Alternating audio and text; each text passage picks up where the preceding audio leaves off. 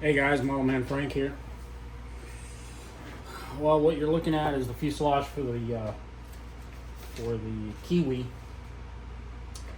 the pattern plane version. Um, yeah, this is a pattern plane, so you're supposed to have like I don't know, I think 2 degrees of dihedral on it. Well, I've changed that a little bit. I've given the plane actually some more dihedral on it. I've given it about 3 degrees to 5 degrees to dihedral. I think it's 5 degrees dihedral on it, and I'm changing it around a little bit. Why? Because I'm allowed to. When you build your own plane, you can make changes the way you want it. And I decided to put a little bit dihedral in it, just to give it a little bit more. I feel it will give it more stability. I've gotten rid of the gas motor. An electric motor is going in here, plus a battery where the fuel tank would be. And the canopy's probably not going to be the same, but I do have a canopy that will fit this airplane. What I'm doing right now is I'm making the template for the fuselage. I have the templates for the actual bulkheads for the fuselage, but I don't have a template for the balsa wood. One of the things I was thinking about doing was using balsa wood and foam board with it, but I decided against it completely. I think I'm just going to make it a full balsa wood aircraft, and we'll go from there. The next plane that I do, especially thinking ahead with the Ford tri-motor. The Ford tri-motor is going to have to be as light as possible, being it's going to have an electric motor on it, and I wanted to give it a little bit.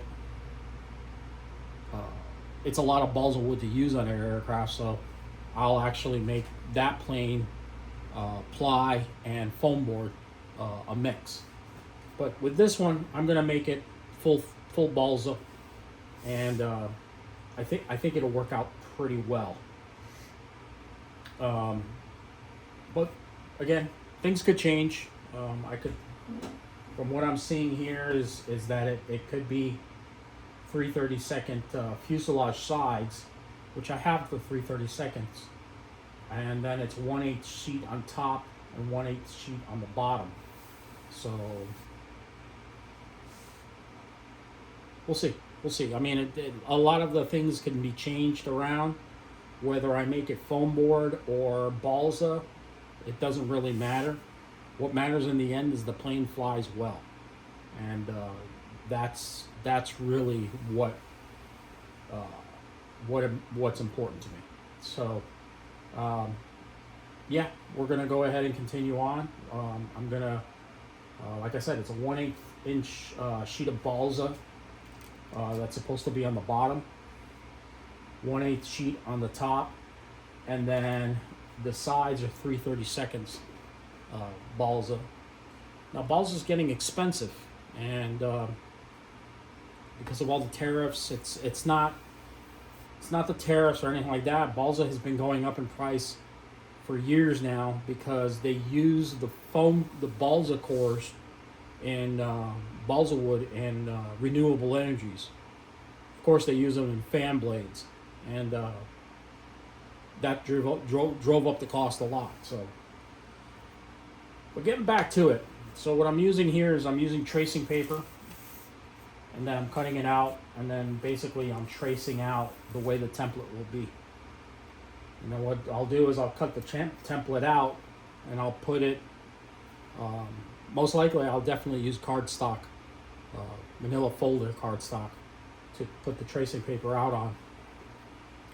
And then I'll use the cardstock to trace out the pattern for the aircraft.